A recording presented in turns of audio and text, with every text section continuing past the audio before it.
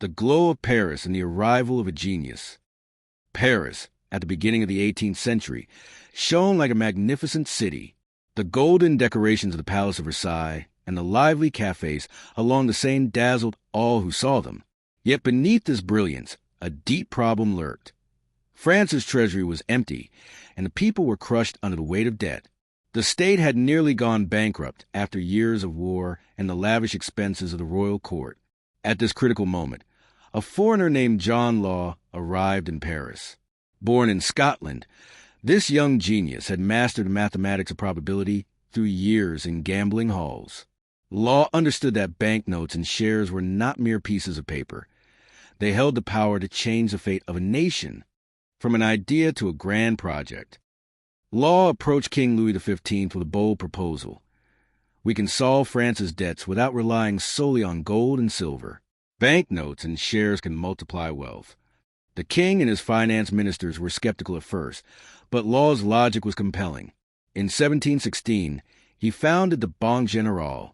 This bank would take on the state's debts, issue new banknotes, and stimulate the economy. Yet Law's grandest plan was even more ambitious: a company to develop France's North American colony, the Mississippi Valley. By 1717, this vision had captured the imagination of the public. The Mississippi bubble begins. When the shares of the Mississippi Company were offered to the public, the atmosphere in Paris changed. People whispered in the streets, "There's gold and fortune in Mississippi." Shares soared in value as everyone invested, and banknotes changed hands rapidly. Law orchestrated this bubble like a maestro. He manipulated share prices to encourage even more investment. Parisian bourgeois, nobles, and ordinary merchants all were drawn into this game, promising immense wealth. At every street corner, people dreamed of newfound riches, hoping to profit from Mississippi. Law's Paris office became a theater of hope and anxiety, filled with the bustle of eager investors. The bubble bursts, but the truth of the dream soon revealed itself in the harshest way. The riches of the Mississippi Valley were far from sufficient to meet Paris's soaring expectations. Share prices, inflated like a balloon by speculation, far exceeded their real value. By mid-1720, panic erupted.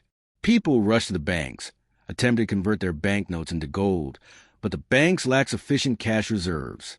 Shares plummeted and fortunes vanished overnight. Paris streets, once filled with excitement and hope, were now flooded with disappointment and anger.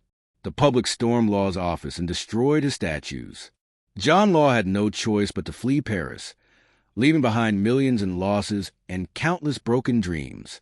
Historical lessons. The Mississippi bubble was not just a financial disaster. It was a tragedy that revealed the psychology of human nature and investment. Law tried to revolutionize the system with his genius ideas, but he underestimated the dangers of excessive optimism and speculation. Today, the Mississippi bubble remains a classic example of modern financial bubbles and credit systems. The story of John Law illustrates how the pursuit of wealth and power can be both creative and destructive.